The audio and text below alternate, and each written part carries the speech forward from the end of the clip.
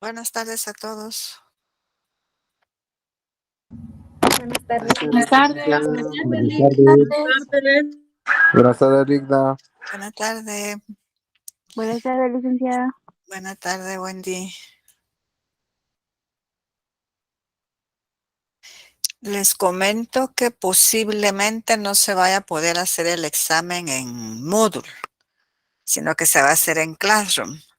Entonces, en el link de Classroom donde que ustedes tienen cuando se asignaron, donde yo les mandé el link para el ingreso a la clase. ¿Se acuerdan, verdad? Sí, licenciada. Ahí les voy a compartir el link para el examen. Gracias, licenciada. Gracias, Para licenciada. servirles. Gracias, Rigda. Para servirles. Ya no se pudo hacer en Moodle porque como se va a hacer una quinta prueba específica, entonces parece que no va a dar tiempo ingresar todos los datos a la plataforma para poder evaluar en esa plataforma. Lo único es que en Classroom tienen que tener mucho cuidado. No esperen el último momento para mandar el examen porque Classroom no guarda nada. Si ustedes no lo mandan unos 3 o 4 minutos antes de finalizar el tiempo, a veces no lo guarda y aparece como que ustedes no se examinaron. Esa es la diferencia que tiene con Moodle, que Moodle, aunque lo saque de la plataforma, les guarda lo que ustedes ya respondieron.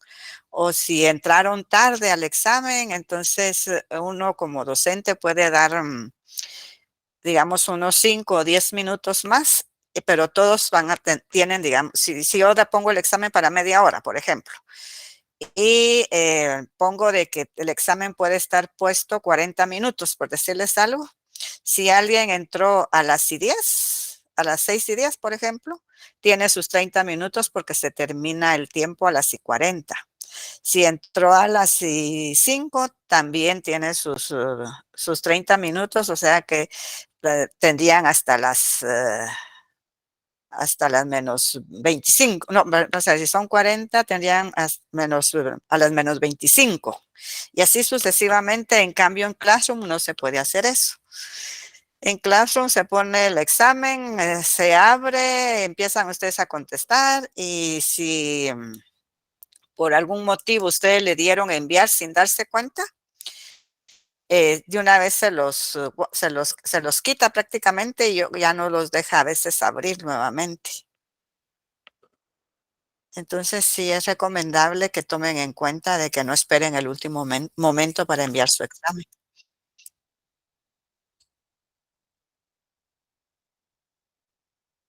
Gracias, licenciada, por la información. Para Bueno, ya servirles. está bien. Siempre se los voy a recordar nuevamente el próximo día, porque como ahorita no han ingresado todos, entonces no tienen toda la información. Pero sí hay que tomar en cuenta ese tipo de cuestiones que están relacionadas con Classroom. Por eso es que nosotros utilizamos más Moodle, porque hay menos problemas de revisiones, de que porque muchos dicen de que el sistema les quitó el examen o porque la plataforma se les cayó, etcétera, etcétera. Entonces hay forma de revisar de que si se cayó la plataforma para poder hacer un examen extraordinario. Todos tienen derecho a un examen extraordinario, pero tienen que presentar la excusa del por qué no se hicieron el examen en la fecha que se programó. Por ejemplo, si alguien no se puede examinar del primer parcial el día que nos toca, que creo que es martes, ¿verdad? De la otra semana. Entonces tiene que mandar una constancia del por qué no se examinó y una solicitud. Son dos cosas que se mandan al correo del área básica. Y luego nosotros como docentes tenemos 5 días para hacerle los exámenes y los exámenes normalmente son orales, con cámara abierta. Les comento para que lo tomen en cuenta y traten mejor de examinarse en el día que está planificado su examen. Porque a veces por los nervios, cuando es oral no se concentran. Dígame, Ludwig. Licenciada, buenas tardes. Con una Buenas pregunta, tardes. ¿el horario Sí. de exámenes ustedes nos lo van a proporcionar? Sí, y de todos modos, cuando se pone el examen en la plataforma, también ahí dice a qué hora se va a abrir. Ah, Pero perfecto. en el calendario dice el horario, solo que, bueno, yo creo que si es en clase, uno lo vamos a dividir en dos. Normalmente son a las 6. Ah, ok, perfecto. Sí, esa era Ujú. mi duda, dónde iba a estar la información como para ver cuáles eran los que nos tocaban durante esa Eh, semana y cuáles eran los fíjese que, horarios. claro, no se ha compartido todavía el calendario porque me parece que no ha sido firmado. Por eso yo les comenté que los exámenes iniciaban el 28 Ok, para que ustedes ya supieran. Incluso creo que les dije que con qué cursos empezábamos, cuál seguía, etcétera, etcétera, pero no han podido trasladarles el calendario oficial porque todavía no está firmado, me imagino, porque si no ya lo hubiesen compartido. ok. Muy bien, Ujú. licenciada, muchas gracias. Para servirle.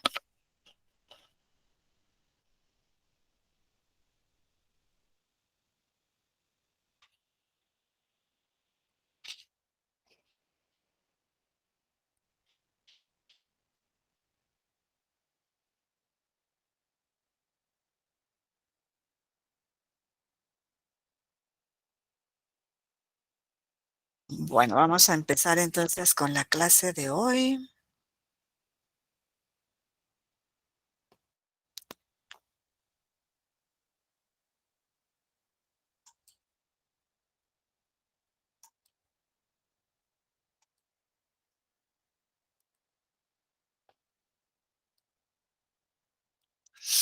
Lo último que vimos fue la investigación, los enfoques cualitativos y cuantitativos. Eso fue lo que vimos el último día de clase. Y hoy nos tocan las fuentes de investigación científica, porque así como hay enfoques para la investigación, también hay fuentes de investigación. O sea, las fuentes es donde nosotros recurrimos para obtener la información relacionada a nuestro trabajo de investigación. Entonces podemos decir que estas fuentes de investigación científica son todos los materiales que se revisan de una manera selectiva y que nos proporciona información sobre el problema objeto de la investigación. Y mediante su uso se pueden realizar preguntas de investigación y proponer hipótesis que nos auxilien en la construcción del nuevo conocimiento. Esto con la recolección de información que vamos a realizar, porque estas fuentes de información nos permiten recolectar información relacionada al tema objeto de nuestra investigación, valga la redundancia. O sea que nosotros cuando ya tenemos un problema que nos inquieta y que queremos investigar, entonces ya sabemos sobre qué queremos investigar y tenemos que buscar libros, tesis, revistas, etcétera, etcétera, que contengan este tipo de información. Entonces, en base a ello, nosotros ya podemos empezar a hacer nuestra investigación, ya que para poder realizar una investigación, siempre tenemos que tener en cuenta dos cuestiones muy importantes. Una es un conocimiento general o un conocimiento de cultura general y un conocimiento muy cercano al tema. Porque si nosotros ya tenemos toda la teoría, ya leímos, entonces ya tenemos ese conocimiento y podemos nosotros de una forma más fácil plantear nuestro problema y también nuestras hipótesis o nuestra hipótesis. Entonces podemos decir que las fuentes de información se clasifican según el nivel de información que aportan en primarias, en secundarias, algunos también toman en cuenta las terciarias y hay otras clasificaciones que podrían también darse. Dentro de las primarias, pues son aquellas que poseen información nueva y original que no ha sido modificada. Y las secundarias son aquellas que contienen información reorganizada o modificada. O sea que nosotros ya utilizamos las fuentes primarias para hacer una investigación, analizamos todo lo de las primarias y en base a lo que obtuvimos nosotros y lo que entendimos, nosotros podemos hacer nuestros enfoques y nuestros análisis. Esas son las secundarias. Y las terciarias pues contienen información breve y siempre remiten a las dos, o sea que se utilizan tanto las primarias como las secundarias. Y otras clasificaciones que también pueden ser, pueden clasificarse según el formato, su origen o el tipo de información. Las fuentes de información, entonces, es todo tipo de recurso escrito, documental, fotográfico y demás instrumentos que proporcione datos para saciar una necesidad informativa o de conocimiento. Entonces están aquí nuevamente las fuentes de información primaria que contienen información nueva u original. La información secundaria ya se procesan mediante análisis, interpretaciones y reorganización de datos. Información de fuentes primarias, o sea que las secundarias se obtienen de las primarias. Y la terciaria, como les vuelvo a repetir, pues es una recopilación de fuentes de información, tanto de primarias como de secundarias. En el libro no aparecen estas terciarias, pero es importante que se conozca que existen también las terciarias, que es la unificación de ambas, tanto de primarias como de secundarias. Entonces, las fuentes primarias son fuentes de primera mano. La información es original, entre las cuales podemos mencionar tesis, libros, monografías, artículos de revista, etcétera, etcétera. Estas fuentes manifiestan un punto de vista directo del tema que se está investigando. Y el investigador será el encargado de darles un uso e interpretación. Además, también pueden utilizarse audios, videos, actas, entrevistas, encuestas, etcétera. Cuando hablamos de monografías, ¿ustedes saben cuáles son las monografías?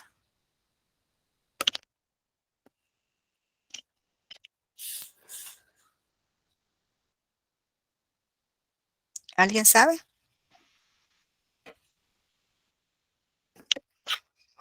Un trabajo científico escrito.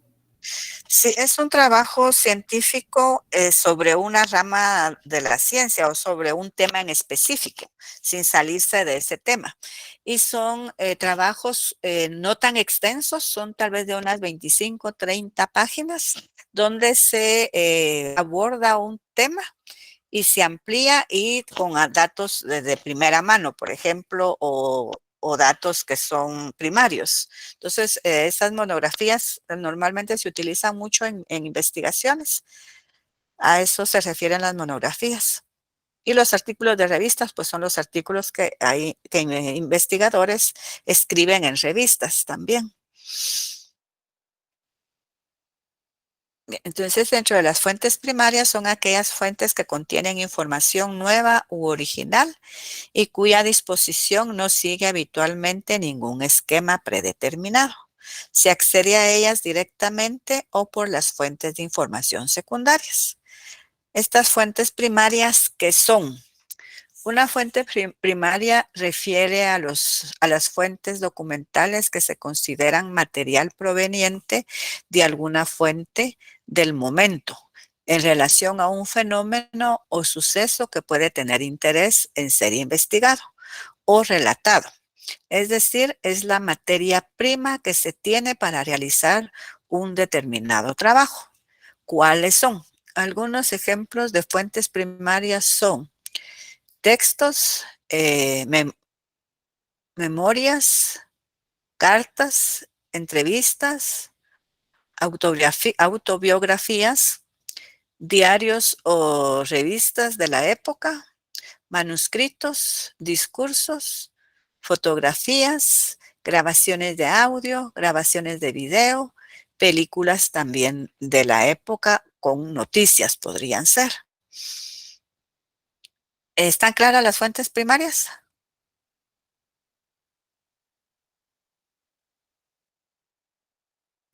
Sí, Sí, licenciada. Sí, licenciada. Entonces también tenemos las fuentes secundarias. Estas se originan de las fuentes primarias, como les mencioné anteriormente, con la diferencia que en ellas la información ha sido tratada por otra persona que analizó e interpretó y como producto de ello escribió libros o artículos en revistas y enciclopedias.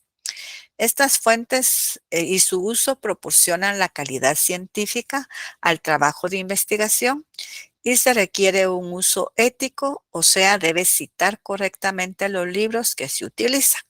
Esto significa que cuando nosotros utilizamos libros de otros autores para redactar nuestro trabajo, vamos a copiar textualmente algo que ese autor dijo, tenemos que referir a qué autor estamos copiando. Por eso dice que se debe citar correctamente los libros que se utilizarán, ya que también es necesario dar los créditos a las personas o instituciones que han brindado esa información. Si nosotros no lo hacemos, es como que nos estuviésemos apropiando de algo que no nos pertenece. Es como cuando se hace un libro, ustedes yo creo que se han enterado que hay personas que han escrito tesis que son copiadas textualmente de otros autores y no indican o no citan que fue otro autor el que dijo lo que se está tomando en cuenta. Entonces a eso se le denomina plagio. No sé si ustedes han escuchado sobre ello. Sí, licenciada. Sí, licenciada. Entonces por eso En es que estos tenemos que... seminarios. ¿Qué manda? No le Perdón, escucho. licenciada, estaba diciendo que eso nos decían bastante en la investigación de seminario. Ah, sí, ajá, que sí hay que evitar el plagio. Ajá. Bien, entonces estas fuentes secundarias. Interpreta y analizan fuentes primarias. Las fuentes secundarias son textos basados en fuentes primarias e implican generalización, análisis, síntesis, interpretación o evaluación. Algunos tipos de fuentes secundarias son índices, revistas de resúmenes, crítica literaria y comentarios, enciclopedias, bibliografías. Entonces, por su origen, las fuentes secundarias son creadas por personas distintas al investigador y facilitan la obtención de información previa, verificación también de su confiabilidad. Estas fuentes secundarias incluso pueden hacer artículos que aparecen en Internet, libros, enciclopedias, revistas, periódicos, DVDs y documentos que pueden estar en CDs también. Todos estos son fuentes secundarias. Entonces aquí podemos ver un ejemplo de fuente primaria y fuente secundaria. Y también está la terciaria. Dice, Juan pregunta a María sobre los alimentos que consume. Esa es una fuente primaria porque va Juan directamente a preguntarle a María. La secundaria es, Carlos pregunta a Juan sobre los alimentos que consume María. Entonces ahí ya es una fuente secundaria porque Carlos no le está preguntando directamente a María, sino que está utilizando a Juan para preguntarle. ¿Me explico? Sí, licenciada. Y la terciaria sería entonces que Carlos informa a... Aquí ya no me voy a agrandar un poquito porque no sé, ya no se lee lo que dice ahí abajo. Dice Carlos informa a Gabriel sobre los alimentos que consume María. O sea que ahí ya es una tercera persona a la que Carlos le está informando. Y no fue él el que preguntó inicialmente a María, porque recuérdense que inicialmente fue Juan el que le preguntó a María. Y en la fuente terciaria es Carlos el que le está informando a otra tercera persona, que en este caso sería Gabriel, sobre los alimentos que consume María. Entonces ahí está un ejemplo claro de las fuentes de investigación. ¿Está claro este? Sí, licenciada. Perdona, licenciada, ¿Sí? no presté mucha atención cuáles son las fuentes primarias. Las primarias es cuando usted quiere saber algo sobre alguien y usted va directamente a preguntarle. digamos, un ejemplo así bastante real, digamos. Y si es con libros, pues usted va directamente a las fuentes, que en este caso serían los libros que usted va a encontrar que ya hablan sobre un tema específico. Y usted va a utilizar esos libros para realizar su investigación. Entonces, la investigación que usted realiza ya sería secundaria. Gracias. Para servirle. ¿Alguna otra duda? ¿Y la terciaria? La terciaria para algunos es la información obtenida en primarias y secundarias, pero en este ejemplo aparece una tercera persona. O sea que en este caso sería, por ejemplo, hay otra persona que va a hacer una investigación y no va directamente a las fuentes primarias, sino que va a utilizar las fuentes secundarias. Entonces ya sería una tercera persona la que está utilizando esas fuentes. ¿Alguien quería preguntarme algo? Yo. Dígame. Buenas tardes. Buenas tardes. Entonces, por ejemplo, sería, ahorita está explicando de los temas. Viene un compañero en WhatsApp y pregunta en el grupo, mire, no entendí muy bien de la licenciada. Eso sería fuente secundaria porque alguien más le estaría diciendo sobre lo que usted dijo. Ajá, así Y es. de ahí la terciaria sería como que alguien más adentro del grupo preguntara a alguien más, valga la redundancia, miren, yo no entendí muy bien qué dijo el compañero sobre sobre lo que dijo la LIC. Eso ya sería tercera, Ajá, ¿verdad? Ya. así es, justo, Ok, ese es un ejemplo bastante gracias. actual, ¿verdad? Porque normalmente se hace eso en los grupos de WhatsApp. Licenciada, y así como Sí. en su libro acá tiene un esquema. Ajá, Ahí dice fuente elaboración propia. Entonces, eso ajá. es la fuente primaria. No, vamos a ver, en el libro están, permítame que así, en el libro están las fuentes primarias y las fuentes secundarias. En las fuentes primarias dice información de primera mano. Sí, En las secundarias dice información interpretada. O sea que es, por ejemplo, usted está haciendo una investigación y utiliza las fuentes primarias para realizar esa investigación. Y usted interpreta lo que otros autores dijeron sobre el tema objeto de su investigación. Sí. Por eso dice que es una información interpretada. Muy bien, pero quería dar un ejemplo tal vez para comprender mejor. Ahí en la otra página hay un esquema donde usted da las diferencias y abajito usted le colocó fuente y dice elaboración propia. Entonces, esa sería una fuente primaria porque obviamente fue suyo. Así es. Ahora, cuando ya ustedes la utilizan, ya sería una secundaria. Exacto. Gracias, licenciada. Bueno, aunque aquí es una elaboración propia de este esquema en base a fuentes primarias, entonces esta ya sería secundaria. Y si usted la utiliza y la interpreta o la escribe de otra forma, dándole su interpretación, esa ya sería terciaria. Terciaria. Ok, licenciada. Sí, sí, así es. Bueno, ¿está claro? Sí, licenciada. Gracias. Licenciado. Bien, entonces vamos a la técnica y el método, ya que para poder realizar nosotros trabajos de investigación, cualquier trabajo que nosotros realicemos, siempre vamos a utilizar una técnica y siempre a la par de la técnica va a ir el método. Entonces aquí vamos a ver la técnica, el método. Dentro de los métodos está el método dialéctico materialista, el método metafísico idealista y el método científico. Dentro del método científico, para poder aplicarlo, nosotros tenemos que hacer una recolección de información, tenemos que elaborar hipótesis, tenemos que probar la hipótesis y para probar la hipótesis vamos a hacerlo por medio de la verificación de hechos y la predicción. Estos son los elementos que vamos a ver ahorita.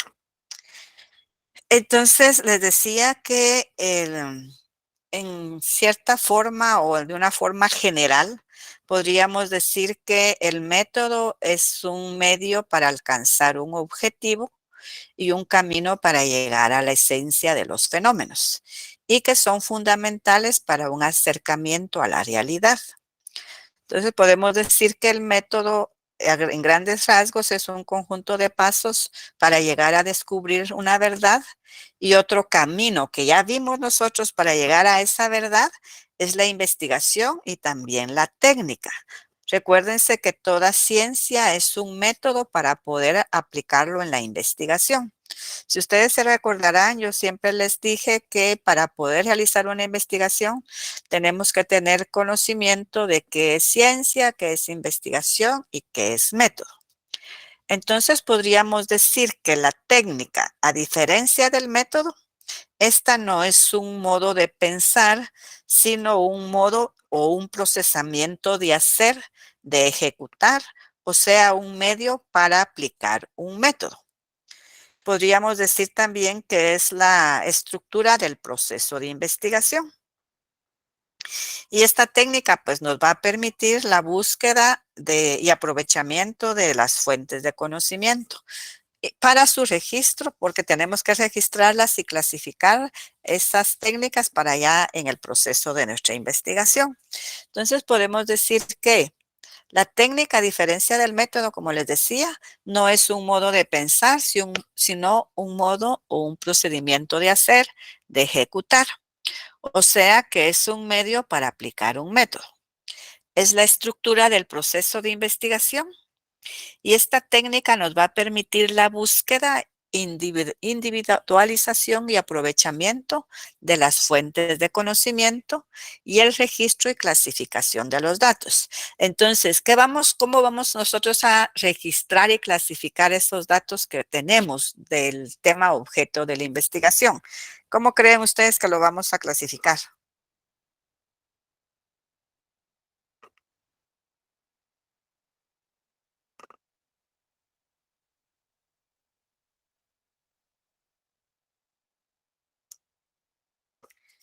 ¿Qué dicen?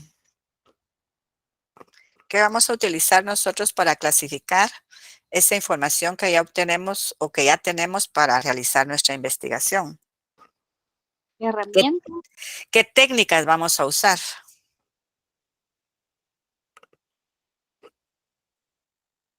Como ¿No? la ¿No tienen idea? entrevista. No, es que aquí estamos hablando de cómo vamos a hacer el registro o clasificación de esos datos. Para poder nosotros obtener esos datos, sí podemos utilizar la técnica de la entrevista, eso sí, o la de la observación y el cuestionario, esas son técnicas. Pero ¿cómo vamos nosotros a registrar esos datos? ¿O cómo los vamos a clasificar? Mediante los instrumentos y herramientas, ¿no? ¿Pero cuáles serían? Es que aquí dice instrumentos, que son los instrumentos que se van a permitir. O sea que la técnica es un instrumento. Vea, uno de las fuentes de conocimiento y el registro y clasificación de los datos son las fichas. Las fichas, recuérdense que las podemos clasificar en 5 tipos, que son las fichas textuales, las de resumen, las de paráfrasis, las de comentario, y hay una mixta en la cual se puede hacer una textual y un comentario a la vez. Entonces nosotros tenemos que clasificar esos datos en estas fichas, porque después, cuando nosotros ya realizamos la investigación, lo único que vamos a hacer es, como ya tenemos clasificadas esas fichas, que son técnicas de investigación, solo las ponemos en orden y ya tendríamos que trasladar nuestros datos para nuestro informe final. Entonces, por eso es que siempre para realizar trabajos de investigación, nosotros tenemos que elaborar fichas de trabajo. ¿Me explico?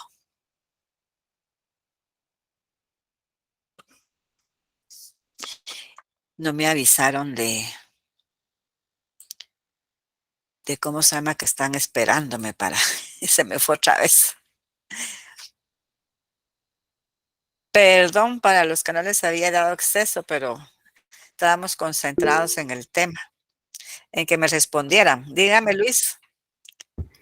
Sí, licenciada, buenas tardes. Buenas Disculpe. tardes. Y esa, ese ejemplo o un ejemplo de esas fichas, ¿cuáles serían? Fíjese que están en la tercera unidad del ¿cómo se llama? De los temas, que es sobre la tercera unidad, trata de, le voy a decir, permítame que ahorita son las técnicas bibliográficas y documentales. Y dentro de esas técnicas bibliográficas y documentales de la investigación científica están las fichas. Entonces las vamos a ver ahorita en el tercer capítulo. Estas fichas varían mucho porque ahorita lo que pasa es de que hay varias formas de ficha. Están las fichas que son por medio de las normas Chicago y otras que son por medio de las normas APA. La que más se utiliza en actualidad son las fichas por medio de las normas APA. Entonces, como les digo, estas las vamos a ver más adelante. Pues la textual, como su nombre lo indica, nosotros copiamos algo de otro autor exactamente como está en el original. Esa es una textual. Una del resumen, pues vamos a resumir lo que otros autores dijeron, pero sin alterar lo que los autores dijeron, y también el resumen debe de hacerse con las palabras del autor. Lo contrario, la paráfrasis. La paráfrasis las redactamos con nuestras propias palabras, también sin alterar el contenido que el autor quiso dar a conocer. En pocas palabras, que eso, como les decía, lo vamos a ver más adelante. No sé si licenciada, muchas gracias. resuelvo dudas con eso. Sí, claro. Para que así cuando ya lo veamos ya van a tener idea de qué son cada una de ellas. Por supuesto, muchas gracias. Por nada. Voy a esperar otro rato más porque les pido de favor que cuando empecemos la clase me avisen cuando ya sean las 6 para poder dar acceso a los compañeros, que a mí a veces se me olvida. Tal vez a alguien de ustedes se recuerda y ahí me suena la campanita para dar los accesos, por favor. Muy bien, licenciada. Licenciada. Muy bien, licenciada. Gracias.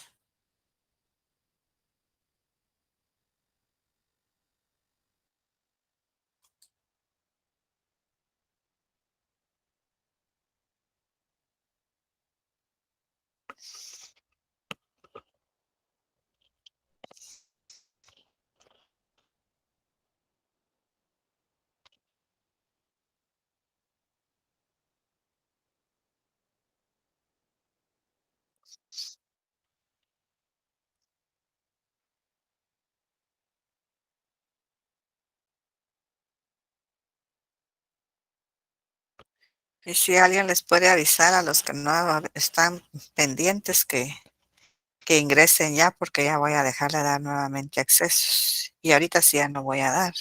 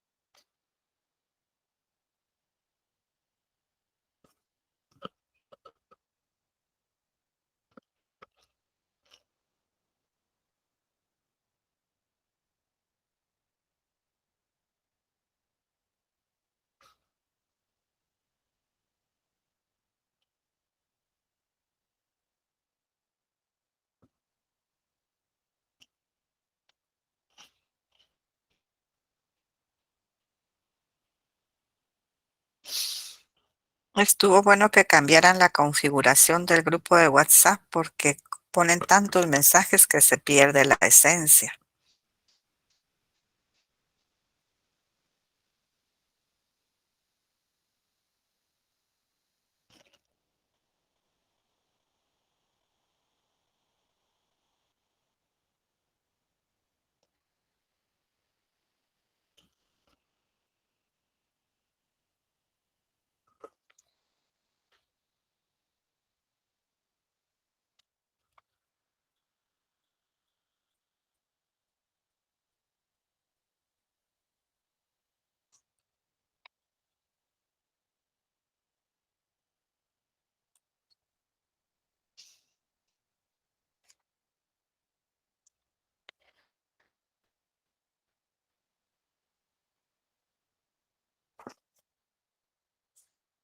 Esperar un momento más, un minuto más y retomamos la clase.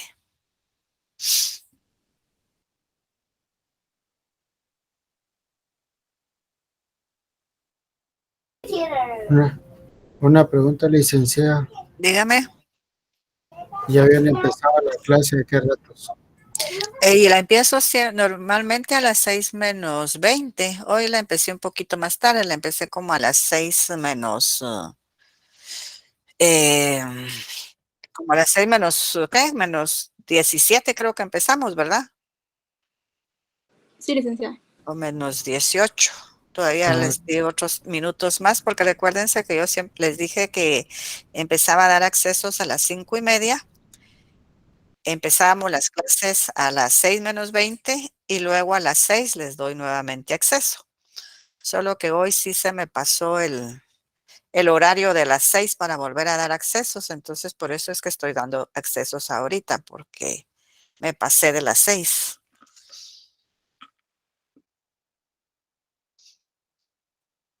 ¿Alguna otra duda? No, lo que pasa es que no entré luego y no me deja entrar el link. No entró luego, dice. No, Pero ¿desde a qué hora se estaba pidiendo acceso? como a las 45. Ah, no, esa hora ya había empezado clases. Bueno, vamos a continuar entonces. Bien, estábamos hablando entonces que la técnica es un instrumento que nos permite la búsqueda y el aprovechamiento de las fuentes de conocimiento y también su registro, además de la clasificación de los datos que obtenemos para nuestra investigación. Entonces podemos decir que la técnica son instrumentos que permiten al científico social investigar los elementos, factores, hechos o sucesos sociales de su interés. Entonces, aquí hay algo más para ampliar de la técnica. Podemos decir que en la investigación documental, pues como definitivamente vamos a utilizar libros, esto pues se apoya en la recopilación de antecedentes a través de documentos gráficos formales e informales. Cualquiera de estos sean donde el investigador fundamenta y complementa su investigación con lo aportado por diferentes autores. Los materiales de consulta suelen ser las fuentes bibliográficas, iconográficas, fonográficas y algunos medios magnéticos. Todos estos los vamos a ver en el tercer capítulo. Entonces podemos decir que la técnica es indispensable en el proceso de la investigación científica, ya que integra la estructura por medio de la cual se organiza la investigación. La técnica pretende los siguientes objetivos: ordenar las etapas de la investigación, aportar instrumentos para manejar la información, llevar un control de los datos y orientar la obtención de conocimientos. Estas técnicas de investigación pueden ser también la encuesta, la observación. Bueno, en la encuesta se divide en la entrevista y el cuestionario. No es que se dividan, sino que normalmente la encuesta se puede dar por medio de una entrevista y un cuestionario. ¿Alguien quiere decir algo? Está abierto ahí un micrófono. Bien, entonces podemos decir que la técnica son los medios o instrumentos de investigación o todas las herramientas que permiten llevar a cabo el estudio o análisis de un objeto de conocimiento. Y de acuerdo a la selección del método a emplear y tomando como base su enfoque, las técnicas también deben de tener relación con el método que se va a utilizar, porque no puede pensarse en la aplicación de una técnica independientemente del método. Por eso les decía que las técnicas y el método siempre van unidos en una investigación. Entonces, las técnicas son los instrumentos que permiten al científico social investigar los elementos, factores, hechos o los sucesos sociales de su interés. Y el método es el concepto de esa actividad cognoscitiva vista en su aspecto general. Cuando hablamos de actividad cognoscitiva, es una actividad de conocimiento donde nosotros ya tenemos información sobre el tema objeto de conocimiento. Entonces podemos decir que la técnica son los procedimientos, son el lado particular de esta actividad de obtener nuevos conocimientos. Y quiero que les quede claro que para realizar una investigación no podemos utilizar un método sin la técnica. Entonces, cuando hablamos de método en su acepción general, sin identificar qué tipo de método es, podemos decir que el método es un medio para alcanzar un objetivo, un camino para llegar a la esencia de los fenómenos y también son fundamentales para un acercamiento a la realidad. O sea que son un conjunto de pasos para llegar a descubrir una verdad. Y como les había dicho anteriormente, que otro camino para llegar a esa verdad es la investigación y la ciencia, ya que toda ciencia también es un método. Entonces, podemos decir que el método viene del griego métodos, que es una vía, un procedimiento para conocer y para investigar. Es un procedimiento para la acción práctica y técnica del hombre que se orienta a asimilar un objeto. En la producción se trata del procedimiento que se utiliza para elaborar las cosas, para cultivar las plantas o para crear animales. En la ciencia, el método de alcanzar, en la ciencia el modo de alcanzar nuevos resultados del pensamiento. O sea que aquí hay un ejemplo de cómo utilizar un método en producción y y cómo también se puede utilizar en la ciencia. ¿Me explico? Sí, licenciada. Sí. Bien, entonces tenemos dentro de los métodos que acabamos de ver, tenemos el método dialéctico materialista. Y este método dialéctico materialista determina como lo primario la materia. O sea que es el método universal de conocimiento. Este concibe al mundo como reflejo objetivo de la realidad. Existe fuera de la conciencia e independientemente de ella. Es objetivo. O sea que este método pues, es objetivo porque podemos nosotros determinar o demostrar los resultados que podemos obtener en base a él. Y esta categoría materia tiene un significado, cada uno de ellos. En esta categoría dice que la naturaleza es eterna. Y esto es porque no tiene ni principio ni fin, que no ha sido creada por nadie. También se dice que la naturaleza es objetiva. Esto es así porque existe independientemente y fuera de nuestra conciencia. También es infinita y en su extensión abarca todos los fenómenos. Podríamos decir que no existe nada fuera de ella.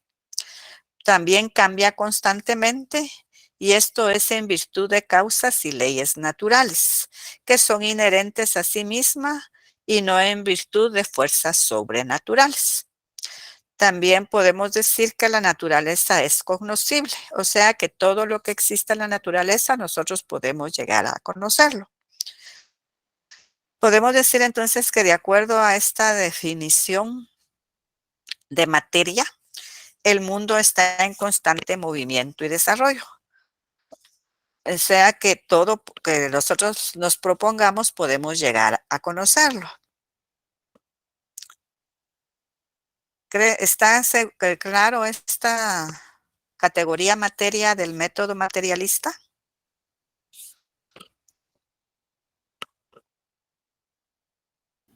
Sí, licenciada. Aquí hay algo más para compartirles, para que quede más claro. Tiene algunas características, o sea, las características del método de la dialéctica, porque recuerden que es materialista dialéctico. La característica esencial del método dialéctico es que considera los fenómenos históricos y sociales en continuo movimiento. La dialéctica es el conjunto de leyes generales que explican el movimiento o los cambios que tienen lugar en la realidad y en su totalidad, es decir, la explicación de los cambios constantes que ocurren. Su esencia está determinada por las fuentes teóricas y científicas y por las categorías fundamentales del movimiento, del espacio y del tiempo. Hay aquí una posibilidad y realidad. Podemos decir que lo nuevo no surge súbitamente, sino que surge en base a nuestras investigaciones que realizamos. Primero aparecen las premisas o condiciones que determinan su origen, después estas se desarrollan y perfeccionan bajo la norma de las leyes objetivas. Surge un nuevo objeto o fenómeno. Las premisas del origen de lo nuevo son conocidas con el nombre de posibilidad. Ejemplo, todo estudiante universitario tiene la posibilidad de formarse y graduarse en un profesional. El profesional es una realidad, o sea que ustedes ahorita tienen esa posibilidad de formarse y graduarse como profesional. Y cuando ya lo hagan, ya va a ser una realidad. No va a estar solo, digamos, en la mente, sino que ya lo pueden demostrar en una realidad. Y la realidad es una posibilidad ya cumplida.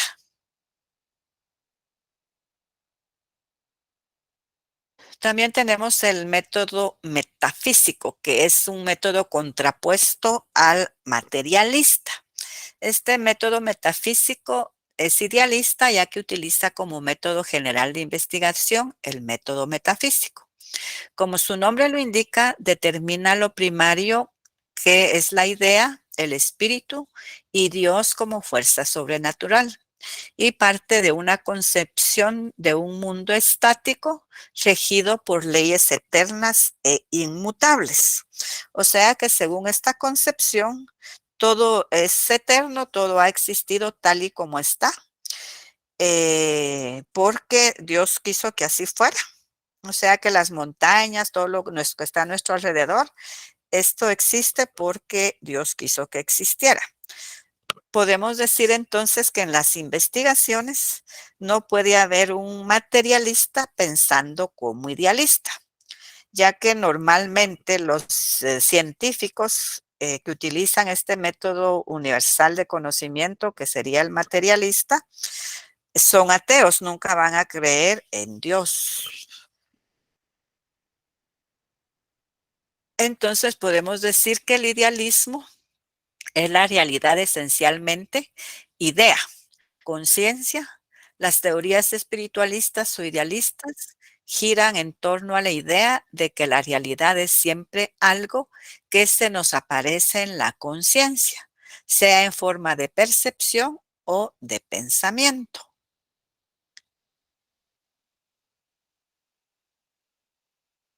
Aquí hay un panorama de la metafísica o idealista. Dice, ha sido objeto de críticas por su excesiva generalidad, o sea, generaliza sin tener las pruebas.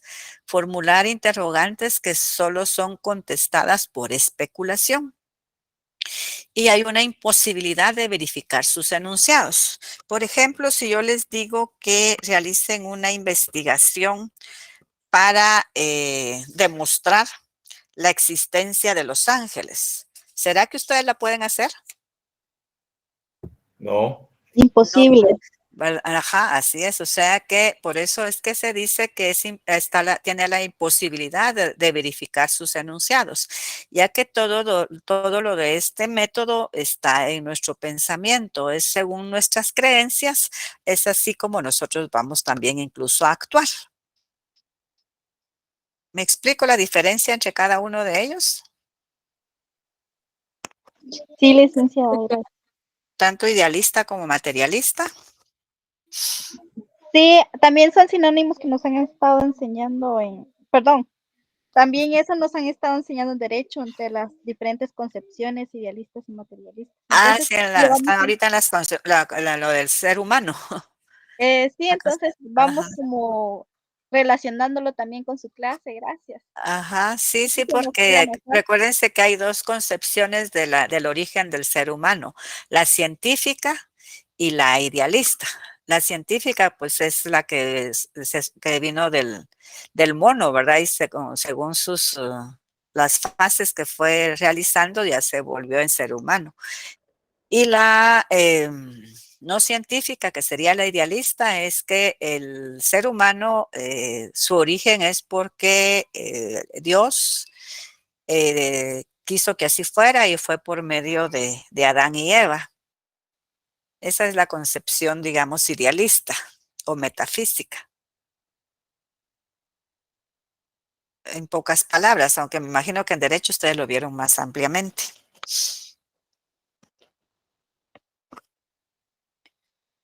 ¿Alguna duda? Si voy rápido, por favor, me dicen. No sé si voy bien así.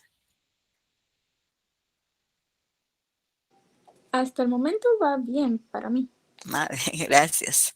Bien, recuérdense que esta concepción metafísica, como es abstracta, no se puede ver ni tocar, es algo subjetivo. En cambio, ¿cómo se llama? La anterior, que sería la materialista, esa sí es objetiva. O sea, Pero- idealista no se puede tocar y materialista sí. Así es. Ok. Ajá. Sí, porque recuérdense que la materialista viene de la materia. Y fueron las características que vimos anteriormente de la materia. Que sí creo que se le había cruzado el concepto y dijo que material no se puede tocar, entonces, ¿no? Para Ay, aclararlo. perdón, Ajá. así dije. Sí, no hay problema, Ah, Eric. no, el metafísico idealista es el que no se puede, que dije que es abstracto, que no se puede ver ni tocar. Ajá. Y el materialista, el Eh, dialéctico materialista, sí. ajá, digo lo mismo del materialista que Ah, idealista. Pero no, perdón. ya se aclaró, no hay problema. Ah, perdón, no me di cuenta. ¿Alguien quiere preguntarme algo? Que oí ahí un ruidito de levantar mano. Perdone, licenciada, entonces este es un método también de investigación, ¿no? Sí, normalmente este método los científicos no lo utilizan porque no pueden demostrar el resultado de sus investigaciones. Por ejemplo, la metafísica o idealista lo utilizaron, pienso, a los que redactaron la Biblia, por decirle algo, porque ellos lo hicieron en base a la historia. Entonces hay muchas cosas que están escritas en base a la historia, pero nada ha sido comprobado. Por eso les decía que si ustedes creen que por medio de ¿cómo se llama? El método metafísico idealista, se puede comprobar la existencia de los ángeles o la existencia de Dios como fuerza sobrenatural. Y se podría decir que solo en la Biblia fue planteado este método porque no ha sido en otro lado. Pues hay algunas cosas que también en algunas personas sí lo utilizan, pero como le digo, no puede comprobarse sus resultados. Entonces este casi no se Muy usa. bien. No, casi no se usa. Lo que pasa es de que siempre se hace mención a él porque es un método que está en contraposición al dialéctico materialista. Como les decía, un materialista no puede pensar como idealista para realizar sus investigaciones. Entonces sí se hace mención para que ustedes sepan que hay otro método que no se puede verificar los resultados, como en el método, eh, como en el método dialéctico materialista.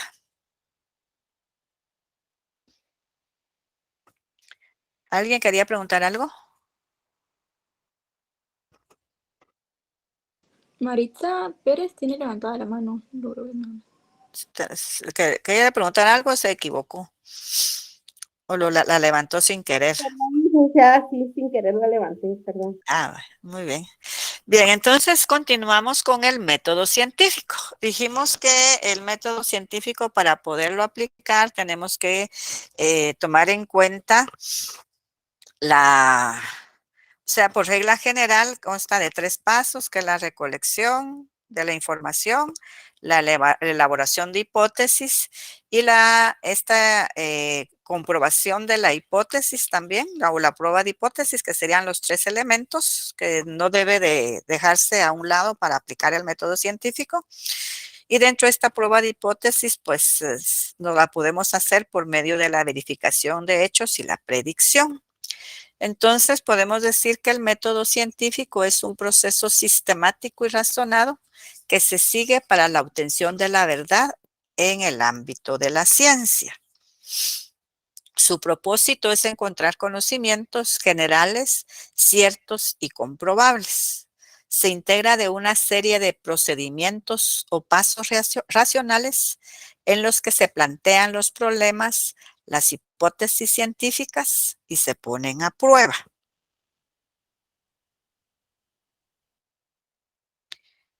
Entonces podemos decir que el método científico es un modelo general de acercamiento a la realidad, una especie de pauta o matriz que es muy abstracta y amplia, y dentro de la cual caben los procedimientos y técnicas más específicas que se emplean en las investigaciones.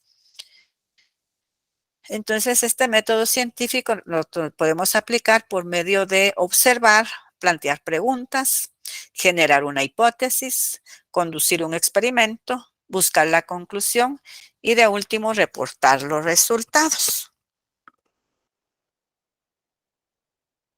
También podemos decir que este método científico tiene algunas características.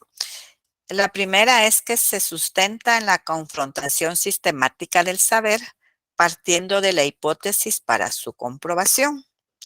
Busca la verdad. Es un método abierto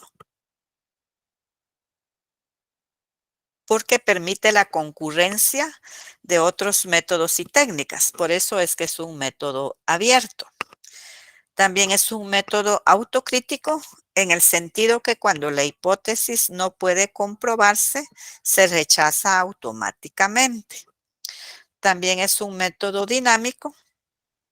Permite el planteamiento del problema para investigar, su discusión y comprobación. Por eso es que es un método dinámico. Como les decía, por regla general consta de estos 3 pasos, que es recolección de información, elaboración de hipótesis y prueba de hipótesis. No sé si hay alguna duda. Vamos a ver aquí esto del método de investigación. Como se dan cuenta, aquí está una persona siguiendo una huella, que eso es investigar, que es seguir la pista o la huella de algo. Y aquí hay una diferencia de método científico y de investigación científica, para que ustedes vean cuál es la diferencia entre cada uno de estos términos. El método científico es un procedimiento para descubrir las condiciones en las que se presentan sucesos específicos. Es táctico, trasciende los hechos, verificación empírica, autocorrectiva, progresivo y objetivo. Y la investigación científica es un proceso que procura obtener información relevante para entender y verificar el conocimiento. Utiliza datos primarios, es objetiva, tiene como base el método científico, nos permite establecer contacto con la realidad. Entonces aquí está la definición o lo que significa cada uno de estos elementos de una investigación.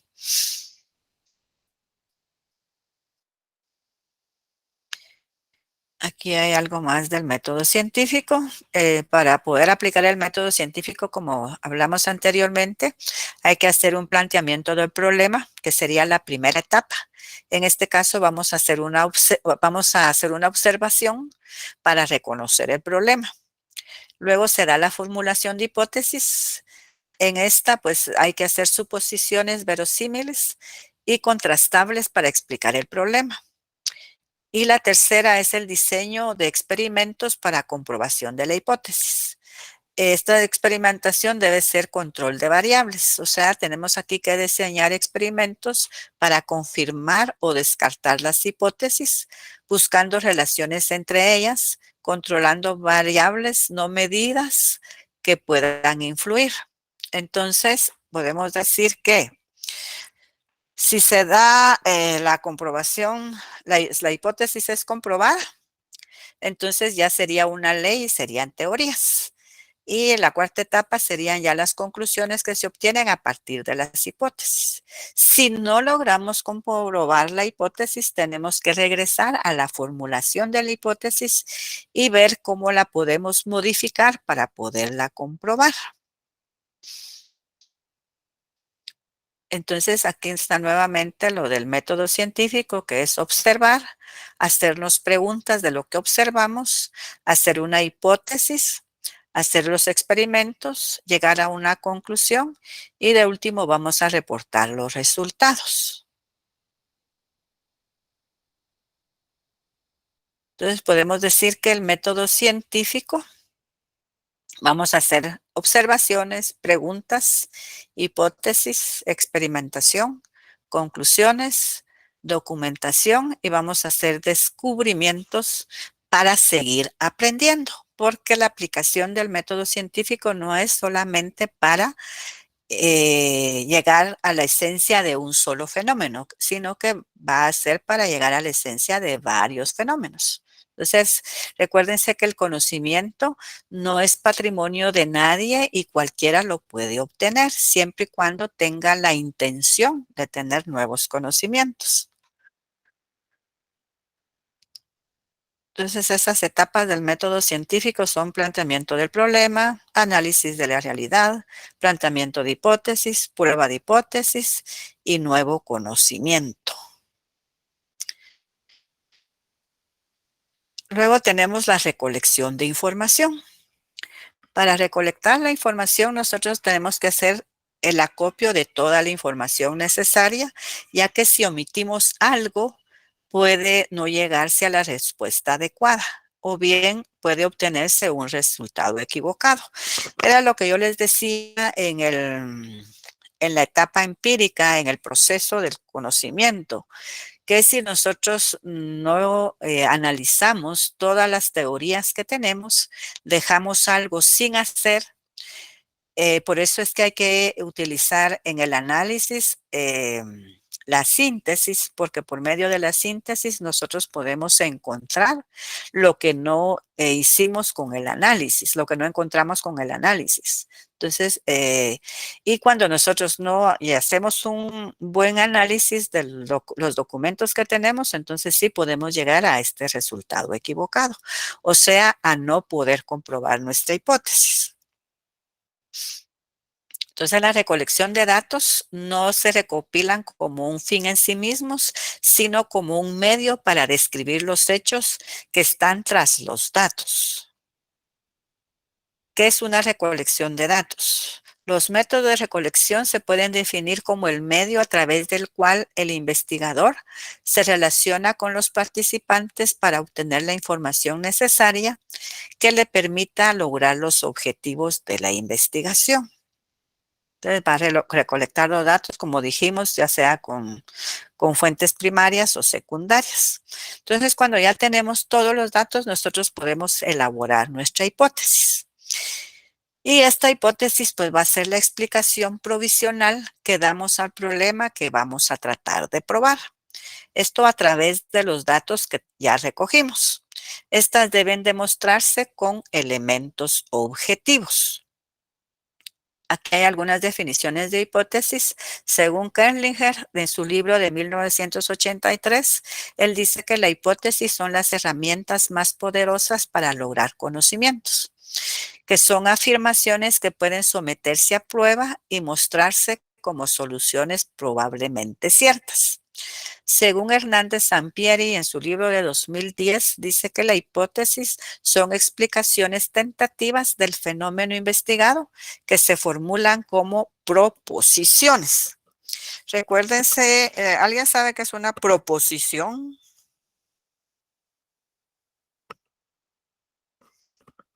¿Son oraciones? Sí, podemos decir que el término de proposición es tomado de la lógica y suele definirse como un enunciado que puede ser calificado de verdadero o falso.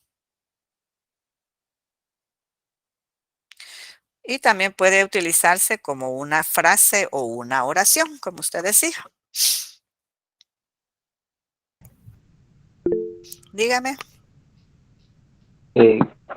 Buenas noches, Vic. Buenas noches.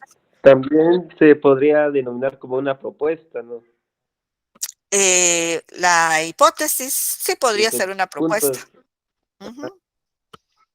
Sí podría ser una propuesta pendiente de confirmarse, porque sí, la hipótesis es, digamos, algo no verídico, algo sujeto a comprobación y tiene varias definiciones. Estas que yo encontré acá se las estoy compartiendo para que vean que siempre va a ser lo mismo, porque según Kerlinger dice que son las herramientas más poderosas para lograr conocimientos y son afirmaciones que pueden someterse a prueba y mostrarse como soluciones probablemente ciertas. Y Sampieri dice que son explicaciones tentativas del fenómeno investigado que se formulan como proposiciones. Y como ya les mencioné, las proposiciones son enunciados que pueden ser calificados como verdaderos o falsos.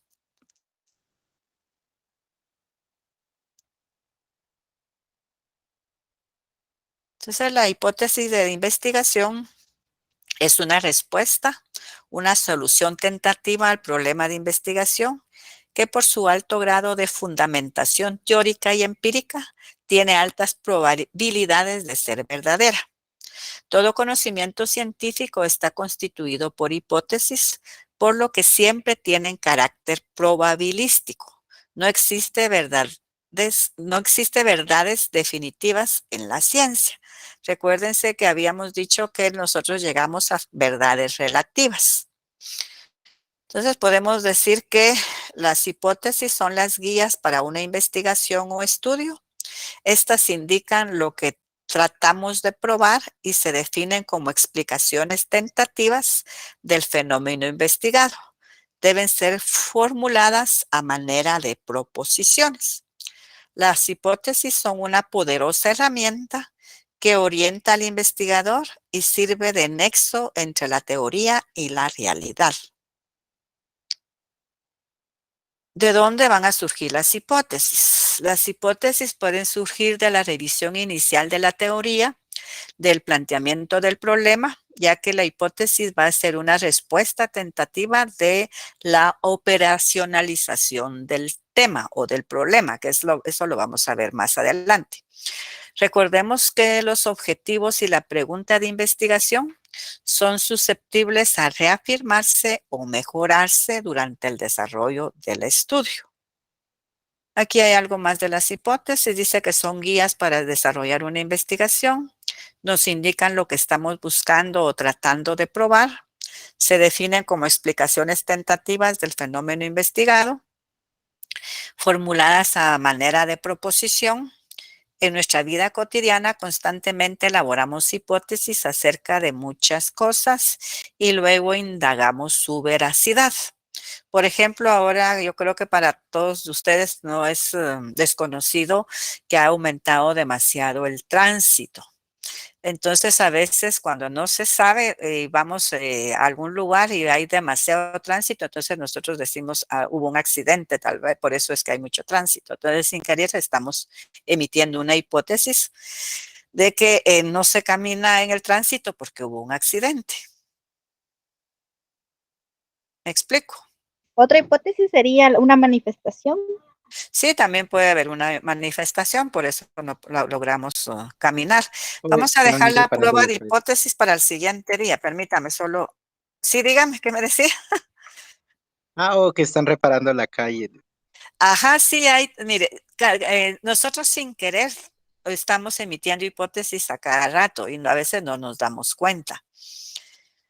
Y eso es lo bueno, pues que sin querer nosotros sí sabemos cómo redactar una hipótesis. Lo que pasa es de que cuando estamos realizando una investigación, a veces no encontramos cómo hacerlo. Pero la forma más fácil de hacerlo es dando respuesta al problema planteado. Son como suposiciones. Así es, pendientes de comprobación.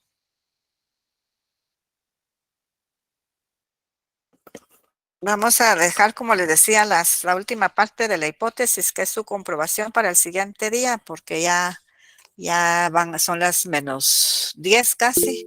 Así tienen tiempo para tomarse un cafecito antes de entrar a la otra clase. Díganme, ¿quién levantó la mano? Creo que fue Ramiro, ¿no? ¿O se equivocó? Sí, Eric.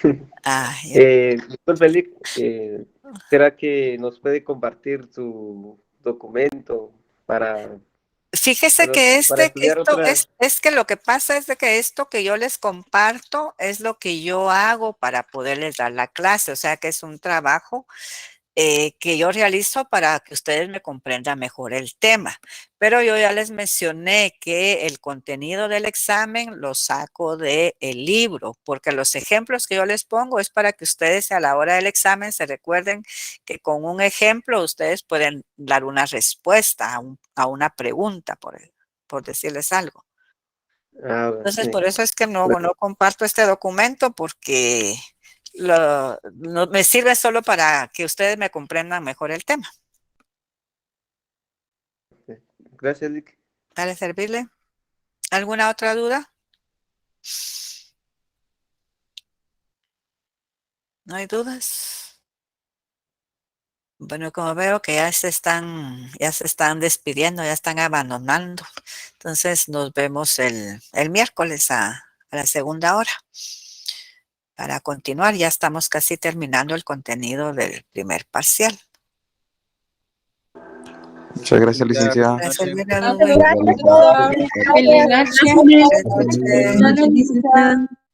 Igualmente, feliz noche. Feliz Gracias, noche.